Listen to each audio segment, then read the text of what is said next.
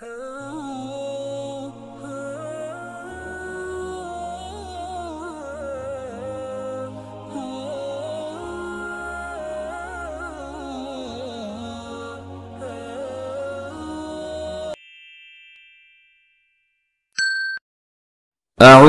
بالله من الشيطان الرجيم.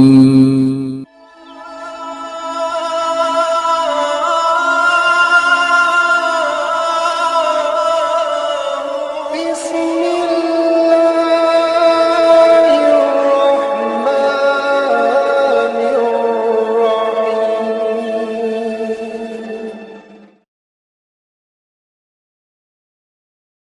معزز خواتین و حضرات، حضرت امام مالک رحمۃ اللہ تعالیٰ علیہ کے فقہی مسلک کو مالکی مسلک کہتے ہیں۔ آپ کا نام مالک بن انس ہے۔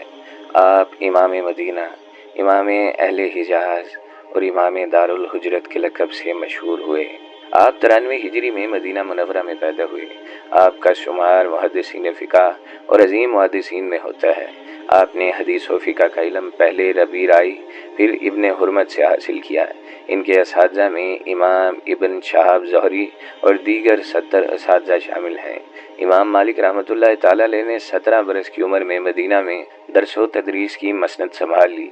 آپ حدیث کے درس بڑے ادب و احترام سے دیا کرتے، غسل کرتے، صاف ستھرا لباس پہنتے، خوشبو لگاتے اور پھر درس کی مسند پر تشریف فرماتے۔ امام مالک بیک وقت حدیث اور فقہ کے امام تھے۔ آپ کے طرز فکر میں حدیث اور فقہ کا حسین امتزاج ملتا ہے، بلکہ یہ بھی بیان کیا جاتا ہے کہ امام مالک نے جب علم دین حاصل کرنے کا ارادہ کیا تو اس خواہش کا اظہار اپنی امی جان سے کیا اور ان سے علم حاصل کرنے کے لیے جانے کی اجازت مانگی۔ والدہ نے انہیں کپڑے پہنا کر تیار کیا، سر پر ٹوپی رکھی اور اس پر امامہ باندھا، پھر فرمایا اب جاؤ اور علم سیکھو۔ حصول علم کے بعد آپ نے درس و تدریس کا آغاز کیا اور اس حلقہ درس سے بڑے بڑے لوگ فیضیاب ہو کر نکلے، بلکہ جلال علم کا یہ عالم تھا کہ خلیفہ وقت بھی درس میں ایک معمولی شخص کی طرح شریک ہوتا۔ امام مالک صاحب کردار آدمی تھے، حق کے لیے ہر قسم کی مشکلات اٹھانے کے لیے تیار رہتے۔ امام مالک کا ایک مرتبہ خلیفہ وقت کے پاس جانا ہوا، پانی پینا چاہا تو ایک ایسے خوبصورت پیالے میں پانی لایا گیا جس پر چاندی کا حلقہ تھا۔ امام مالک رحمۃ اللہ تعالیٰ نے اس میں پانی پینے سے انکار کر دیا تو دوسرا پیالہ مٹی کا لایا گیا جس سے امام مالک رحمۃ اللہ تعالیٰ نے پانی پیا۔ ناظرین، امام مالک سیاسی معاملات میں بنو عباس کے حامی نہیں تھے، بلکہ ان کے مقابلے میں اہل بیت کی حمایت کی۔ اس لیے آپ کو حاکم مدینہ جعفر نے کوڑے لگوائے اور آپ کے کندھے اکھڑ گئے، لیکن آپ نے جبر کی بیعت اور جبر کی طلاق کو ماننے سے انکار کر دیا۔ حکومت مخالف ہو گئی، گرفتار ہوئے، تشہیر کے کوڑے مارے گئے، مگر کوڑے کی ہر ضرب پر جب تک زبان چلتی رہی یہی کہتے رہے، میں مالک بن انس فتویٰ دیتا ہوں کہ طلاق جبری حرام ہے، جبری طلاق نہیں ہوتی۔ امام مالک کا یہ مشہور فتویٰ ہے۔ یہ حاکم وقت کو پسند نہیں تھا، جس کے سبب امام صاحب کو بہت مشقت و اذیت کا سامنا کرنا پڑا۔ فتویٰ یہ تھا کہ اگر کسی شخص سے زبردستی یا ڈرا دھمکا کر قتل وغیرہ کا خوف دلا کر اس کی عورت سے طلاق حاصل کر لی جائے تو ایسی طلاق بالکل حق و ثواب اور جائز و صحیح ہے۔ جب یہ فتویٰ امام مالک کے روبرو پیش ہوا تو آپ نے حدیث کے پیش نظر علل اعلان اس کی تردید کرتے ہوئے دو ٹوک الفاظ میں فرمایا کہ جبر و اقرار سے حاصل کردہ طلاق بالکل لغو و باطل ہے۔ ایسی متعلقہ عورت سے نکاح کرنا ویسے ہی حرام و ناجائز ہے جیسے کہ عام منکوحہ عورتوں سے شریعت نے حرام و ناجائز قرار دیا۔ نہ صرف یہ بلکہ عالم مدینہ اس حدیث سے یہ فتوے بھی دیتے، جس طرح طلاق بکرا غلط و باطل ہے، ویسے ہی بزور شمشیر بیعت خلافت حاصل کرنے والے خلیفہ کی بیعت بھی شرعاً جائز و صحیح نہیں، اور منصور کی بیعت خلافت چونکہ جبر و اقرار پر مبنی تھی، اس لیے عالم مدینہ کے دونوں اعلانات بظاہر حکومت کو کھلا چیلنج تھے۔ اور اس طرف یہ کہ ان دنوں مدینہ کا گورنر جعفر بن سلمان تھا، جو منصور عباسی کا چچا زاد بھائی تھا۔ جب دونوں اعلانات اس نے سنے تو شاہی قراوت اور حکومت کے نشے سے سرشار اس نے امام صاحب کو انتباہی نوٹس دیا کہ اپنے فتوے سے رجوع کریں یا کم از کم آئندہ ایسا فتویٰ نہ دیں۔ حضرت امام مالک کا وجود ہی کتاب و سنت کے نشا و اشاعت کے لیے مختص تھا۔ آپ نے گورنر جعفر بن سلیمان کی انتباہی نوٹس کی ایک ذرہ پر پرواہ نہ کی، بلکہ مزید جوش و خروش سے رد و تردید کرتے ہوئے کھلا کھلا اعلان کرتے رہے کہ جبر و اقرار سے حاصل کردہ طلاق غلط و باطل ہے۔ جعفر شاہی آرڈر کی توہین دیکھ کر آگ بگولا ہو گیا اور پولیس کو حکم دیا کہ امام صاحب کو اخلاقی مجرم کی حیثیت سے انتہائی ذلیل کن حالت میں پیش کیا جائے۔ امام صاحب کو لایا گیا۔ جعفر نے اپنا مطالبہ دہرایا۔ امام صاحب نے پھر اسی شان سے اسے ٹھکرا دیا اور فرمایا کہ اگر تمہارے مفتیوں کے پاس کوئی نسختی موجود ہے تو پیش کرو، ورنہ ہم فتوے کو واپس لینے یا اسے باز رہنے کے لیے قطعاً تیار نہیں ہیں۔ والی مدینہ نے ضد ہو کر امام صاحب کو مار پیٹ کا حکم دیا۔ امام صاحب کوڑوں کی ضرب سے چلاتے، زبردستی طلاق کوئی چیز نہیں ہے کہ نعرے بلند کرتے جاتے۔ اپنی خفت اور ندامت کو مٹانے کے لیے ظالم وقت نے حکم دیا کہ اس باغی کا منہ کالا کر کے پورے شہر میں گھمایا جائے۔ امام مالک کو سزا کے طور پر گدھے پر بٹھایا گیا اور ان کے چہرے پر سیاہی مل دی گئی۔ پھر وقت کے حاکم نے حکم دیا کہ انہیں مدینہ میں پھر لے آؤ۔ لہٰذا مدینہ منورہ کے امام اور فقہ کے چہرے کو سیاہ کر دیا گیا اور گدھے پر بٹھا کر پھرایا گیا۔ اب حضرت امام مالک رحمۃ اللہ تعالیٰ علیہ کی جرت دیکھیے کہ فرمانے لگے، لوگوں تم میں سے جو پہچانتا ہے کہ میں امام مالک ہوں وہ تو پہچانتا، اور جو نہیں پہچانتا وہ بھی سن لے کہ میں انس کا بیٹا مالک ہوں۔ امام صاحب وہاں بھی سریعام یوں فرمانے لگے کہ میں ڈنکے کی چوٹ پر کہتا ہوں کہ زبردستی طلاق کی کوئی حیثیت نہیں۔ والی مدینہ کو خبر کی گئی کہ تم نے امام کو ذلیل و رسوا کرنے کا پلان کیا تھا، لیکن امام الٹا حکومت کے ظلم و غضب کی داستان گلی کوچوں میں بیان کر رہے ہیں۔ تو والی مدینہ نے کہا کہ امام صاحب کو ان کے حال پر چھوڑ دیا جائے۔ حکومتی قیادوں سے خلاصی پاتے ہی امام صاحب مسجد نبوی آئے، وہاں بطور شکرانہ 2 نفل ادا کیے۔ خلیفہ منصور کو جب یہ صورتحال پتہ چلی تو بہت برہم ہوا اور والی مدینہ جعفر کو کہلا بھیجا کہ تمہاری بے وقوفی کی یہ سزا ہے کہ ابھی فوراً گدھے پر سوار ہو کر دارالخلافہ بغداد حاضری دو۔ خلیفہ منصور نے جعفر بن سلیمان کو معزول کر دیا اور خود مدینہ حاضری دے کر امام صاحب سے معذرت خواہ ہوئے۔ ناظرین، یہ تھا وقت کے امام کا وقت کے حکمران سے تعلق، ان کی شجاعت و بہادری اور کلمہ حق سے دین کا سر بلند ہونا، اور وقت کے حکمران کو ذلت و پستی کا سامنا کرنا پڑا۔ دین کے معاملے میں امام مالک نے ملامت کرنے والے کی ملامت کی کوئی پرواہ نہیں کی، بلکہ ایک مرتبہ گورنر مدینہ نے امام مالک سے ایک دینی تحریر لکھوائی۔ کچھ عرصے بعد ابراہیم نے عرض کیا کہ وہ تحریر گم ہو گئی ہے، آپ دوبارہ لکھیے۔ تو امام مالک نے دوبارہ لکھنے سے انکار کر دیا اور فرمایا یہ بھی گم ہو جائے گی، پرانی تحریر ہی تلاش کرو۔ لہذا کچھ عرصے بعد وہ تحریر مل بھی گئی۔ پیارے دوستو، اپنے زمانے کے خلوت نشین بزرگ حضرت عبداللہ، ایک مرتبہ امام مالک رحمۃ اللہ تعالی علیہ کو انہوں نے خط لکھا جس میں انہیں ترغیب دی کہ وہ لوگوں سے میل جول ترک کر دیں اور زہد و عبادت کی طرف توجہ زیادہ دیں۔ تو امام مالک رحمۃ اللہ تعالی علیہ نے انہیں جواب تحریر کیا، بے شک اللہ تعالیٰ نے جس طرح لوگوں میں رزق تقسیم کیا، اسی طرح نیک اعمال بھی تقسیم کیے ہیں۔ کسی کو نماز کی اتنی توفیق ہے جتنی روزوں کی نہیں، کسی کو صدقے کی خوب توفیق ہوتی ہے مگر نفلی روزوں کی نہیں، کسی کو جہاد کی وہ رغبت ہوتی ہے جو نفل نمازوں کی نہیں ہوتی، اور علم دین کا نشہ تمام اعمال صالح میں سب سے افضل عبادت ہے۔ اور اللہ تعالیٰ نے مجھے جس عبادت کی توفیق دی ہے میں اس پر راضی ہوں، اور میرا خیال ہے کہ عبادت آپ کی عبادت سے کم درجے کی نہیں، اور ہم سب اللہ تعالیٰ سے ثواب کی امید رکھتے ہیں، اور اللہ تعالیٰ جس نے عمل کی توفیق دے دیں اس پر ہمیں راضی رہنا واجب ہے۔ پیارے دوستو، امام مالک کے دور کا ایک واقعہ جو ان کی فراست نظر کی روشن دلیل ہے۔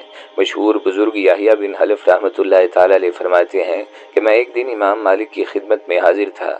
مجلس فقہ آراستہ تھی، لوگ مختلف شرعی مسائل دریافت کر رہے تھے اور امام بڑی محبت سے لوگوں کی الجھنوں کو دور فرما رہے تھے کہ اچانک ایک شخص لوگوں کے درمیان کھڑا ہو گیا اور کہنے لگا، امام، قرآن کے بارے میں آپ کا کیا خیال ہے؟ وہ مخلوق ہے یا غیر مخلوق؟ امام بڑے تحمل مزاج تھے، مگر اس شخص کا سوال سن کر خلاف عادت غضبناک ہو گئے۔ پھر نہایت تند و تیز لہجے میں فرمایا، اس ذلیل کو قتل کر ڈالو، اللہ کی قسم اس کے کلام سے بڑے فتنے پیدا ہوں گے۔ وہ شخص آپ کا جواب سن کر چلا گیا۔ اور حاضرین اس وقت امام کے قہر و نفرت میں رویے میں الفاظ کی اہمیت کو نہ سمجھ سکے۔ آپ کی وفات کے 38 سال بعد خلیفہ ہارون الرشید کے آخری دور میں فتنہ خلق قرآن نے سر اٹھایا، جب معتصم کے زمانہ خلافت میں معتزلہ کی تحریک اپنے عروج کو پہنچ گئی۔ علماء کی ایک بڑی تعداد مغلوب ہوئی اور امام احمد بن حنبل نے سخت اذیتیں برداشت کی۔ اس وقت ماضی کے جو لوگ زندہ تھے انہیں امام مالک بہت یاد آئے۔ اس مرد روشن ضمیر نے جو کچھ کہا تھا حرف بحرف پورا ہو کر رہا۔ یہی امام مالک کی وہ فراست نظر تھی جو آپ کو اللہ کی طرف سے بطور خاص عطا کی گئی تھی۔ رسول اللہ صلی اللہ تعالیٰ علیہ وآلہ وسلم نے فرمایا کہ قریب ہے کہ لوگ سواریوں اور اونٹوں پر لمبا سفر کر کے علم کی تلاش میں نکلیں گے تو مدینہ کے عالم سے بڑھ کر وہ کوئی عالم نہیں پائیں گے۔ امام مالک نے حدیث کے میدان میں بہت کام کیا اور امام مالک رحمۃ اللہ تعالیٰ علیہ کا سب سے بڑا تصنیفی کارنامہ الموطا ہے، جو علم حدیث پر لکھی جانے والی پہلی کتاب ہے۔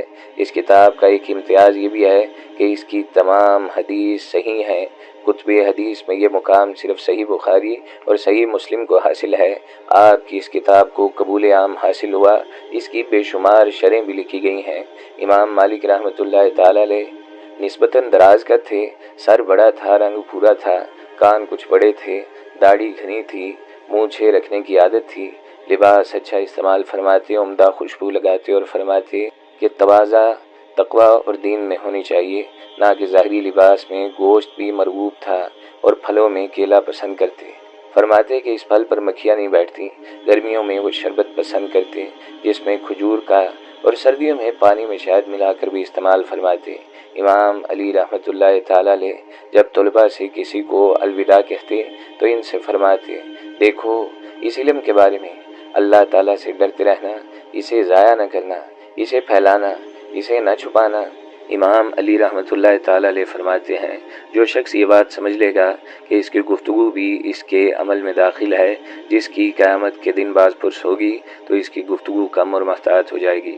آج کل مصر، سوڈان، اندلس، قطر، بحرین، طرابلس اور تیونس میں اس مسلک کی اکثریت ہے۔ امام صاحب کو فقہ کے ائمہ میں بلند مقام حاصل ہے۔ امام نسائی آپ کے مقام و مرتبے کے بارے میں فرماتے ہیں، میرے نزدیک تبع تابعین کی جماعت میں امام مالک سے زیادہ عظیم اور کوئی شخص نہیں، اور نہ ان سے بڑھ کر کوئی اور شخص حدیث سے مامون و معتبر ہے۔ امام مالک کے اساتذہ میں امام جعفر صادق، اور آپ کے ہم عصر دوستوں میں امام ابو حنیفہ، اور آپ کے شاگردوں میں امام شافعی کا نام نمایاں ہے۔ آپ کی کتاب موطا امام مالک حدیث کی مستند ترین کتابوں میں شامل ہے۔